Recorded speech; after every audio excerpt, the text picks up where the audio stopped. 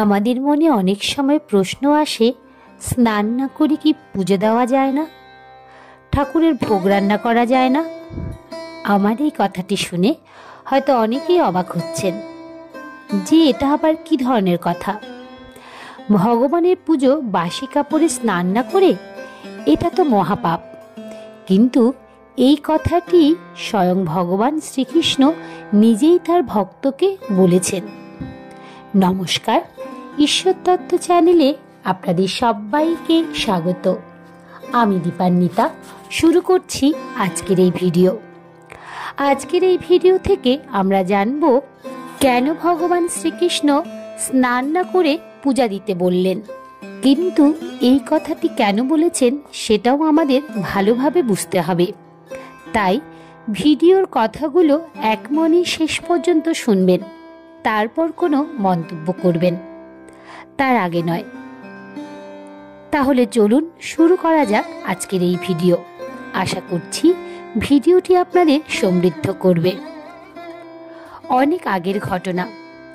এক মহিলা ছোট্টবেলা থেকেই শ্রীকৃষ্ণের একনিষ্ঠ ভক্ত ছিলেন। তার বাবা ছিলেন একজন পূজারী। তিনি ছোটবেলা থেকেই পুজোতে বাবাকে সাহায্য করত।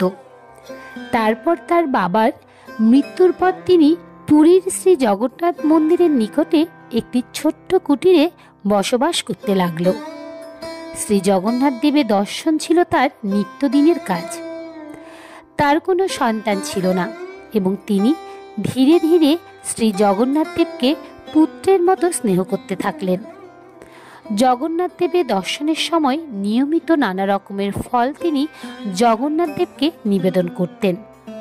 একদিন মন্দির থেকে বাড়ি ফিরে তার মনে হলো পুরোহিতের ভোগ ভগবানকে নিবেদন করার আগেই ভগবানের খিদে পেয়ে যায়, আর তিনি যে ফল ভগবানকে নিবেদন করেন তাতেও হয়তো তার পেট ভরে না। ভগবানের প্রতি এমন মাতৃস্নেহ নিয়ে ঠিক পরের দিন সকালে 3:30টার সময় ঘুম থেকে উঠে তিনি ভগবানের উদ্দেশ্যে খিচুড়ি রান্না শুরু করলেন। তিনি স্নান ঘর পরিষ্কার না করেই প্রথমেই তিনি খিচুড়ি বসালেন, যাতে ঠাকুরের খেতে দেরি না হয়। তারপর সেই খিচুড়ি বাড়ির জগন্নাথ দেবের সামনে নিবেদন করলেন। ঠিক সেই সময় এক কৃষ্ণাঙ্গ অতি সুদর্শন বালক তার কুটিরের সামনে প্রবেশ করল এবং বলল, মা, আমার বড্ড খিদে পেয়েছে, আমাকে কিছু খেতে দেবে? তখন সেই মহিলা অপলক দৃষ্টিতে তাকিয়ে রইলেন সেই বালকের দিকে। তারপর তাড়াতাড়ি ঘরে গিয়ে একটি আসনের ব্যবস্থা করলেন। কিন্তু মনে মনে তিনি ভাবছিলেন এই বালককে তিনি কি খেতে দেবেন। তখন হঠাৎ তার মনে হলো জগন্নাথ দেবকে নিবেদিত ভোগ এই বালক খেতে দেওয়ার কথা। তিনি তাই করলেন। মহানন্দে সেই বালক খিচুড়ি খেতে লাগলো। মহিলাটি তার পাশে বসে হাত পাখা দিয়ে তাকে হাওয়া করতে লাগলেন। সেই প্রসাদ খেয়ে খুবই তৃপ্ত হলেন সেই বালক। এবার সেই বালক বলল, মা, প্রত্যেক দিন এই রকম খিচুড়ি রান্না করে আমাকে খাওয়াবে? এ কথা শুনে সেই কৃষ্ণভক্ত মহিলা মাথা নেড়ে হ্যাঁ বললেন। বালকটি এটাই বলে গেলেন যে এবার থেকে প্রত্যেক দিন সকালবেলা সে খিচুড়ি খেতে আসবে এখানে। এই বলে বালকটি সেখান থেকে চলে যায়। এদিকে সেই মহিলাটির আর সময় কাটে না। তার বারবার মনে হতে লাগলো কখন আসবে সেই বালক। তিনি খেতে দেবেন তাকে এবং পাখার হাওয়া করবেন পরম যত্নে। পরের দিন সব কাজ ফেলে ধরিয়ে দিলেন উনুন। শুরু হলো রান্না। ভগবান জগন্নাথ দেবকে প্রার্থনা করে বললেন, হে ঠাকুর, রান্নাটা যেন খুব ভালো হয়। তোমায় নিবেদন করব প্রথমে, তারপর বালকটিকে দেব প্রসাদ হিসাবে। আজকে যেন সেই বালকটি অবশ্যই আসে ঠাকুর। শুধু দু চোখ ভরে দেখবেন তাকে আর সেবা করবেন, এতেই তার সুখ। গুনগুন করে জগন্নাথ দেবের নাম জপ করতে থাকলেন তিনি। শ্রী জগন্নাথ দেবকে প্রসাদ নিবেদন করতেই হাজির হলো সেই বালক। বালকটিকে দেখে যেন তার ধরে প্রাণ এলো। আসন পেতে বসালেন তাকে। তাকে খেতে দিয়ে পাখার হাওয়া করতে লাগলেন পরম যত্নে। তিনি বালকটিকে প্রাণ ভরে দেখতে লাগলেন। কি মিষ্টি তার মুখখানি। তৃপ্তি করে খাওয়ার পর বালকটি বলল, এবার আমি আসি।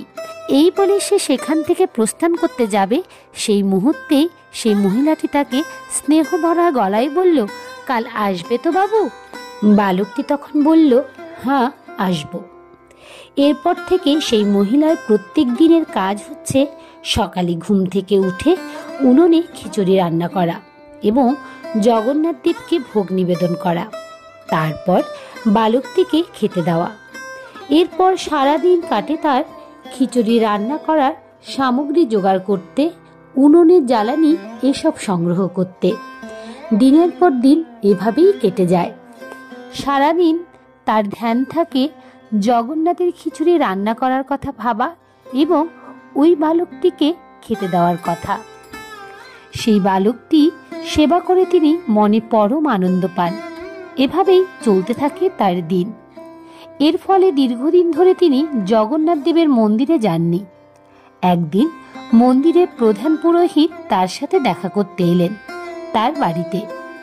তিনি জিজ্ঞাসা করলেন, এখন কেন মন্দিরে যাও না তুমি মা? এরপর মহিলা কথায় কথায় তার সারাদিনের কাহিনী বললেন।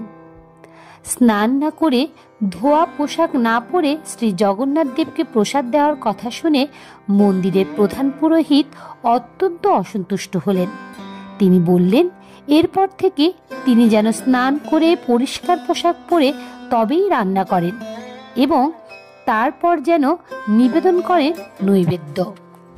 এতদিন ধরে স্নান না করে জগন্নাথ দেবের ভোগ রান্না করেছেন একথা ভেবে তিনি মনে মনে কান্না করতে লাগলেন। তিনি খুব দুঃখিত ছিলেন। মনে মনে ক্ষমা প্রার্থনা করছিলেন ভগবান জগন্নাথ দেবের কাছে। পরের দিন তিনি ঘুম থেকে উঠে ঘর দূর পরিষ্কার করে স্নান করে পরিষ্কার পরিচ্ছন্ন জামা কাপড় পরে রান্না বসালেন। অনেকটা সময় লেগে গেল তার। অনেকটা দেরি হয়ে গেল ঠাকুরকে ভোগ নিবেদন করতে। অবশেষে এলো সেই বালক। তার মুখ শুকিয়ে গেছে ভোগের অপেক্ষা করতে করতে। সেই দিন প্রথমবার তার দেরি হয়ে গেল সেই বালককে ভোগের প্রসাদ খেতে দিতে। তারপর বালকটি কোনো রকমের দ্রুত সেই ভোগ খেলেন। অন্যদিকে মন্দিরের প্রধান পুরোহিত নিবেদন করলেন ভোগ, কিন্তু দেখলেন নৈবেদ্য থেকে সুগন্ধ আসছে না। তার মনে প্রশ্ন জাগল, জগন্নাথ দেব কি তাহলে গ্রহণ করলেন না নৈবেদ্য? তাহলে কি অন্যায় হয়ে গেছে তার? এই সব ভেবে মন্দিরের পুরোহিত বারংবার ক্ষমা প্রার্থনা করতে লাগলেন ভগবান জগন্নাথের কাছে। অবশেষে তিনি দেখলেন জগন্নাথ দেবের মুখে লেগে আছে খিচুড়ি। ধ্যানে বসলেন তিনি। তারপর সব জানতে পারলেন তিনি। ধ্যান থেকে উঠে ছুটতে লাগলেন সেই কৃষ্ণ ভক্ত মহিলার বাড়ি। সব খুলে বললেন তাকে। একথা শুনে খুব চমৎকৃত হলেন সেই মহিলা। আনন্দে তখন তার দু চোখ ধরে না। তাহলে বালকটি কি জগন্নাথ দেব নিজেই ছিলেন? আনন্দে তার দু চোখে জল নেমে আসে। পূজারীদের অনুরোধে এরপর থেকে প্রত্যেক দিন তিনি সকালে উঠে মন্দিরে রান্নাঘরে গিয়ে বানাতেন সেই ভোগ। তারপর তিনি নিবেদন করতেন জগন্নাথকে। বালক ভোগের একটি গুরুত্বপূর্ণ পদ হচ্ছে খিচুড়ি, আর সেই মহিলার নাম হলো কর্মাবাই এবং তার এই খিচুড়ি প্রসিদ্ধ হলো কর্মাবাইয়ের খিচুড়ি নামে। বাকি জীবন তিনি জগন্নাথ দেবের খিচুড়ি রান্না করেই কাটিয়ে দিয়েছিলেন। তিনি খুব অল্প বয়সে মারা যান। 1664 সালের 25শে জুলাই মন্দিরের অদূরেই তিনি সমাধিস্থ হন। তার মৃত্যুর সময় জগন্নাথ দেবের চোখ থেকে অশ্রুর ফোঁটা ঝরে পড়তে দেখেন পুরীর রাজা এবং মন্দিরের প্রধান পুরোহিত। শ্রী জগন্নাথ দেব সেই দিনই তাদের স্বপ্নে আসেন এবং বলেন, অতীব প্রিয় কর্মাবাই প্রয়াত হয়ে তার মধ্যে মিশে গেছেন। এখন কে তাকে খিচুড়ি খাওয়াবে? ভগবান দুঃখ প্রকাশ করেন। পরের দিন পুরীর রাজা এবং শ্রী জগন্নাথ মন্দিরের প্রধান পুরোহিত উপস্থিত রাঁধুনিদের নির্দেশ দেন রোজ ভোগে কর্মাবাইয়ের এই খিচুড়ি রান্নার জন্য। তখন থেকে আজ পর্যন্ত এই প্রথা মন্দিরে প্রচলিত হয়ে আসছে। প্রত্যেক দিন ভোরে শ্রী জগন্নাথ দেবকে নিবেদন করা হয় কর্মাবাইয়ের খিচুড়ি। আজও যখন পুরীর সেই জগন্নাথ মন্দিরের রথযাত্রা হয়, তখন রথের চাকা জগন্নাথ দেবের ভক্ত কর্মাবাইয়ের সমাধির সামনে এসে থেমে যায়। কিছুতেই সেই চাকা নড়ানো যায় না। সবাই বলেন শ্রী জগন্নাথ দেব তখন তার প্রিয় ভক্ত কর্মাবাইয়ের সাথে দেখা করতে যান। কিছুক্ষণ পর রথের চাকা আবার নিজে থেকেই ঘুরতে শুরু করে। এমন ভক্তি যাদের থাকে তারাই ঈশ্বর দর্শন করতে পারে। কর্মাবাইয়ের ভক্তি এবং স্নেহের কারণে ভগবান জগন্নাথ দেব নিজেই তার বাড়িতে খিচুড়ি প্রসাদ গ্রহণ করতেন। জয় জগন্নাথ। তাহলে এ পর্যন্তই। ভিডিওটি যদি আপনাদের ভালো লেগে থাকে তবে অবশ্যই একটি লাইক করবেন এবং কমেন্টে রাধা মাধবের জয়গান করতে ভুলবেন না যেন। এ ধরনের ধর্মীয় ভিডিও পেতে এবং নিয়মিত গীতা পাঠ শুনতে চ্যানেলটিকে অবশ্যই সাবস্ক্রাইব করবেন। দেখা হচ্ছে অন্য আরেকটি ভিডিওতে। ততক্ষণ পর্যন্ত আপনারা ভালো থাকবেন, সুস্থ থাকবেন। হরে কৃষ্ণ কৃষ্ণ কৃষ্ণ হরে হরে, হরে রাম রাম রাম হরে হরে। নমস্কার।